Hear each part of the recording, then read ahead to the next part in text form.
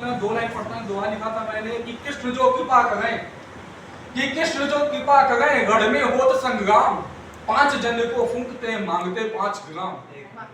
अब 5 जन का नाम आते ही लाइट चली, यानी कि महाभारत का गढ़ बिछने वाला है। और बच्चा भी बहुत दमदार है। मालिक इवेंट के जो मालिक हैं उन्हें बुला रहे हैं, जाइए आप आयुष भाई। हाँ तो ठीक है, एक बार जोरदार तालियां मयंक बनारसी के लिए। तुम्हारा ये कदम तो नहीं था कि अभी तुम आओ, लेकिन ठीक है बुला लेते हैं आपको। बैठ के पढ़ोगे कि बैठोगे? हाँ बता, आप स्टार्ट आ जाओ। हाथ में लेके पढ़ना है, चलो तुम एक बार जोरदार तालियां बच्चे। नमस्ते, मैं मयंक बनारसी बनारस से आया हूँ। तो आज मैं सबसे पहले हास्य पे वैसे मैं वीर रस का कवि हूँ, तो वीर रस के आगे सुनाएंगे, पहले एक हास्य पे कविता सुना देते हैं। कि अब आप सब लोग जानते हैं कि मोबाइल हम लोग के जीवन में कितना जरूरी हो गया है, पर जब जरूरत कभी कभी परेशानी भी बन जाती है। तो जब किसी का मोबाइल चोरी हो जाता है तो क्या होता है कि घटना तो छोटी थी लेकिन आपदा बड़ी थी। ये समझिए कि शनि की 7.5 हमारे सिर पर चढ़ी थी। तभी सुबह सुबह बीच बाजार में गच्चा ले गया और एक झपट मार मेरा मोबाइल छीन कर ले गया। बहुत बढ़िया। शाम को वही मोबाइल चोर मुझे दिखा। मैं हर्षाया कि अब इसे सबक सिखाता हूँ, पकड़ के रहूंगा, इसके पास जाता हूँ। तब से चोर ने मुझे देखा, मुझे देख के मुस्कुराया और एक अंगुली का इशारा करते हुए मुझे अपने पास बुलाया। मैं आश्चर्य आहत, एक तो चोरी, ऊपर से सीना चोरी। चोर न मुझे देखकर डरा न घबराया। मैं चोर के पास गया, चोर ने मेरे कंधे पे हाथ रखा और एक लंबा ठाका लगाया। बोला, अबे बच्चे, तेरा दिल बहुत फलान का है, तेरा दिल बहुत फलान का है, रात के 3-3 बजे तक जागता है। तेरा दिल बहुत फलान का है, रात के 3-3 बजे तक जागता है, और तूने जितनी भी लड़कियों को चैट और मैसेजेस किए हैं मैंने सब पढ़ लिए हैं, मैंने सब पढ़ लिए हैं। अच्छा बता, ये रजनी आंटी कौन? रजनी का नाम सुनते ही हम हाथ जोड़कर खड़े रहे मौन। तब से चोर मुझसे बोला,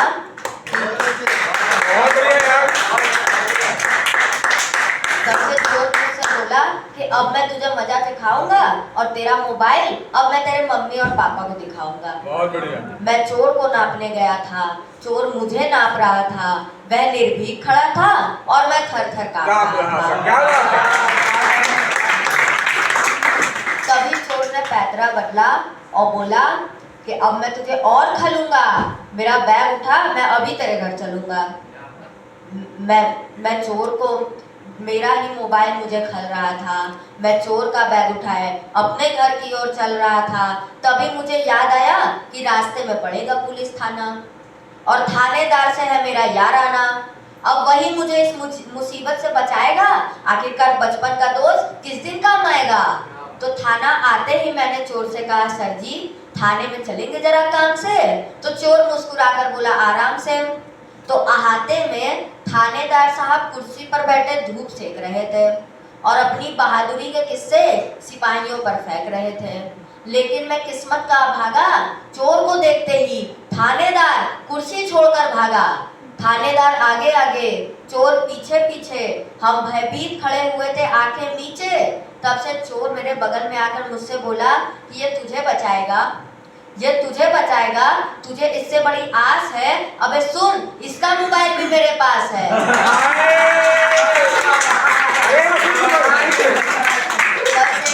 कुर्सी लेकर आया, चोर को इज्जत के साथ बैठाया और बोला, सर जी ठंडा लेंगे या गरम? चोर की सेवा दे मैं ठगा का ठगा था और पूरा थाना चोर की सेवा में लगा था। फिर मुझे देखकर दयनीय और असहाय जब मैं खड़ा था निरुपाय, तब चोर मुझे देखकर बोला, बेटा अब तू घर जा, मैं आज तेरे घर नहीं जाऊंगा, फिर किसी दिन आऊंगा। और फिर 2 दिन के बाद जब मैं शाम को अपने घर आया तो चोर को अपने सोफे पे पसरा हुआ पाया। चोर ने मुझे देखकर डबक के मुझसे हाथ मिलाया, बोला, भाई मयंक बहुत दिन बाद मिले हैं। यह कहकर मुझे गले से लगाया और फिर मेरी पत्नी से, फिर मेरे मम्मी पापा से बोला कि कॉलेज के समय इसने मुझसे 5,000 रुपए लिए थे, तो वही मैं लेने आया हूँ। चोर की उदारता देख मेरे मम्मी और पापा मुस्कुराए। मैंने अलमारी खोली, अपने जुटाए हुए 5,000 रुपए निकाले और चोर को थमाए। और मैं लखनऊ में पिछली बार आया था, इस बार फिर आया हूँ और अगली बार फिर आऊंगा। इसका कारण खास है क्योंकि महाकाल भैया का मोबाइल मेरे पास है।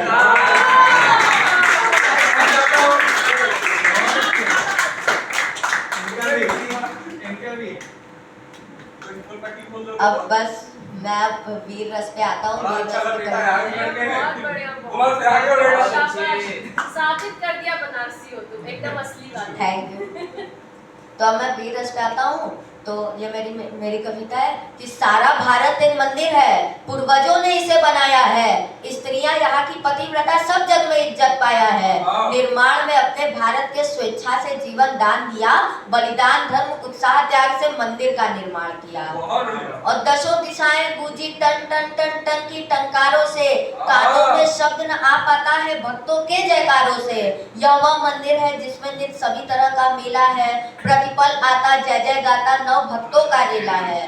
जब यह मंदिर बना न आया यहाँ ईंट चूना गारा, इसे बनाने में निर्माताओं ने अपना तन वारा। अस्थि जाल का चूर्ण यहाँ पर चुना गया बनाया था, इसको गारा करने के हित में उसने रत्न मिलाया था। ईंटों के स्थानों पर अपने हाथों से अपने सर के ऊपर सर, फिर उस पर सर पर सर रख रख कर भवन बना है इसी भांति ईंट न चूना पानी से, किंतु निर्मोही जान के मस्तानों की कुर्बानी से। बहुत बढ़िया। इस मंदिर में धर्म देव का पूजन युग युग से होता, इसकी वेदी पर बहता अविरल लहू का सोता। यहाँ पुजारी धूप दीप या अक्षत कभी न लाते हैं, जो आते हैं अपने हाथों में अपना सर लाते हैं। इस देवल के देव रक्षिता है तन की कुर्बानी से, सुरभित प्राण प्रसूनों से या उष्ण रत्न के पानी से। फिर भी इसका पूजन निज दिन कभी बंद न होता है, इसमें आमरने कटने का तांत मंद न होता है। इस मंदिर में एक नियम है, जो भी इसमें आता है धर्म देव के पद पद्मों में जीवन भेंट चढ़ाता है, और वे स्वदेव बनकर ही इसमें आदर पाता है और दूसरे आने वालों से नित्य पूजा जाता है। आओ तुम्हें दिखाए अंदर प्रतिमाएं उन वीरों की, देश धर्म के मस्त दीवाने राजा और फकीरों की। यह मंदिर भी गाता रहता गाथा उन्हीं जवानों की, जिसके कड़कड़ देते साक्षी उनके ही बलिदानों की।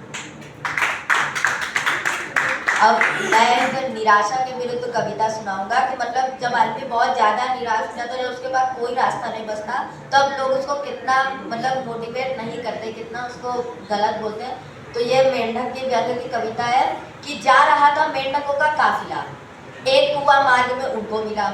वे लगे कुएं के अंदर झांकने और जल में बिंब अपना ताकने। कुछ कुदकते थे कुएं की मेड़ पर, तो कुछ लगे आपस की छेड़म छेड़ पर। नाचने और कूदने में मस्त थे, गिर गए उनमें से दो जो स्वस्थ थे, तो खिलखिलाकर सभी डराने लगे। जो गिरे थे डर से थर्राने लगे।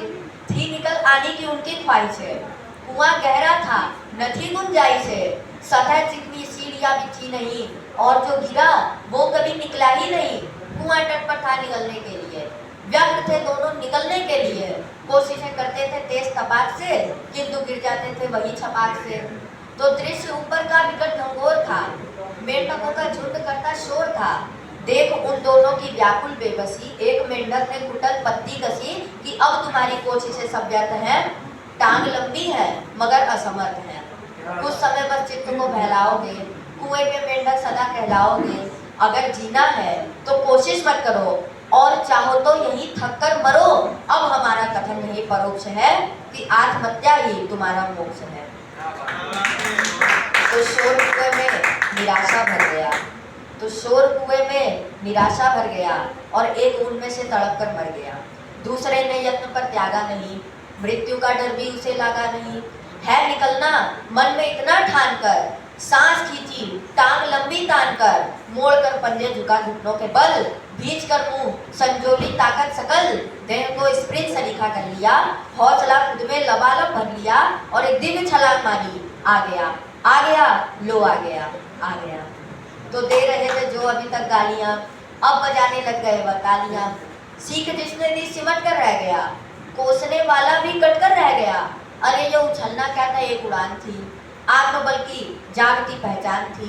कुएं में कूदा उसी का कह कहा, और मेंढकों की झुंड से उसने कहा, हूँ तो बहरा किंतु सबका शुक्रिया, आपने जो काम ऊपर से किया, सुन न पाया आपकी मैं टिप्पणी, बस इशारों से मेरी हिम्मत बनी, आपके संकेत बाहर लाए हैं, जानता हूँ कैसे गाने गाए हैं। शीघ्र आता समझ न पाता अगर, लय में हिलते हाथ तो देखे मगर, आपसे ही बल मिला, संबल मिला, आपकी मेहनत का मुझको फल मिला, आपका दिल से आभारी हूँ मैं, करूँगा सेवा ये वृत्तधारी हूँ मैं। वचन सुन मेंढक सभी लज्जित हुए, हाथ जोड़े लाने से मज्जित हुए, भूल जाना तुम हमारे पाप को, अजी सुन न पाया आपको। तो दोस्तों तुमने सुनी है दास्तां, दोस्तों मन में बुनी है दास्तां, सीखिए कि पानी सा खुद गहरे बनो, हर निराशा के लिए पहरे बनो। बढ़िया भाई, बहुत बढ़िया, ठीक है। हमने देखा कि स्टार्टिंग में कविता को सुनाया तो वो ऐसी थी कि सब लोग बहुत पसंद किया, उसके बाद सब लोग सीरियस हो गया, तो हम ज़्यादा समय हो गया है तो हम सिर्फ छोटी सी कविता जाते जाते सुना के जाते बिल्कुल हैं। स्वागत है भाई। इस ये कविता व्यंग की है, इसमें मतलब मेरे पास एक ऐसा यंत्र आ गया था जिससे सामने वाला क्या सोच रहा है हम उसको जान सकते हैं। अच्छा। तो इस पर कविता है कि इसे संयोग कहिए चाहे कुयोग कहिए, पर जब हम अपनी श्रीमती जी के साथ घूमने निकले थे तो हमारा पैर किसी चीज से टकराया तो हमने वह चीज को उठाया तो यह पाया कि अरे ये तो वही यंत्र है जिससे किसी की भी मन की बातों का पता लगा सकते हैं। अब यहाँ से कविता शुरू होती है कि ठोकर खा के जैसे ही हमने वह यंत्र को उठाया, मस्तक में शू शू की ध्वनि हुई, कुछ खड़खड़ाया, झटके में गर्दन घुमाई, पत्नी को देखा, अब यंत्र से पत्नी की आवाज आई। मैं तो भर पाई, सड़क पे चलने का तरीका नहीं आता, कोई भी मैनर या सलीका नहीं आता, बीवी साथ है यह तक भूल जाते हैं और भिखमंगे नदीदों की तरह चीजें उठाते हैं। इनसे तो वो पूना वाला इंजीनियर ही ठीक था, जीप में बैठा कर शॉपिंग कराता, इनकी तरह राह चलते ठोकर तो न खाता। यंत्र खतरनाक है और यह भी एक इत्तेफाक है कि हमको मिला है और मिलते ही पूना वाला गुल मिला है। तो अब चलिए अब देखते हैं और क्या क्या गुल खिलते हैं। अब जरा यार दोस्तों से भी मिलते हैं। एक मित्र के घर गया, द्वार खटखटाया, द्वार खोला, निकला मुस्कुराया, मस्तक में होने लगी आहट, कुछ शू शू कुछ घड़घड़ाहट। यंत्र से आवाज आई, अकेला ही आया है, अपनी 56 छुरी गुलबदन को नहीं लाया है, अकेला ही आया है, अपनी 56 छुरी गुलबदन को नहीं लाया है। प्रकट में बोला, ओहो ये कुर्ता तो बड़ा फैंसी है, और सब ठीक है, मतलब भाभी जी कैसी है? हमने कहा भाभी जी या 56 छुरी गुलबदन, जो बातें तुम सोच रहे थे अभी, भाभी जी या 56 छुरी गुलबदन। वो बोला, होश की दवा करो श्रीमान, क्या अंधे संत बकते हो, भाभी जी के लिए कैसी कैसी शब्दों का प्रयोग करते हो। अरे कैसा नट रहा था, अरे अपनी खुद की सोची हुई बातों से ही हट रहा था। सब फैसला किया कि सिर्फ सुन लिया करेंगे, कोई भी अच्छी या बुरी प्रतिक्रिया नहीं करेंगे। तो एक दिन बीए फाइनल की क्लास में एक लड़की बैठी थी खिड़की के पास में, लग रहा था हमारा लेक्चर नहीं सुन रही है, अपने मन में कुछ और ही और बुन रही है। सो यंत्र ऑन कर हमने जो देखा, खींच गए हृदय पर हर्ष की रेखा। यंत्र से आवाज आई, सर जी कितने अच्छे हैं, थोड़े लंबे और होते तो कितने स्मार्ट होते। सो इस यंत्र से सारा का सारा भ्रम गया और महाकाल भैया सोच रहे अरे वाह ये तो जम गया।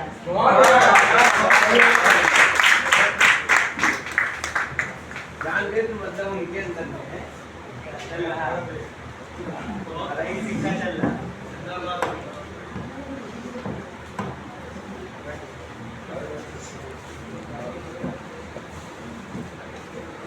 माइक भी लेकर चले गए तुम? माइक ये लगा ले वो आपके लिए लाया था। अच्छा, उसको पता है कि मैं ही आऊंगा। चलो फिर एक बार इस बच्चे के लिए जोरदार ताली। देखो मैं कुछ ज़्यादा ज्ञान की बात नहीं कर रहा, लेकिन एक बात ये है, कुछ चीज़ें हैं कि हमारे बीच में भी आ चुके हैं।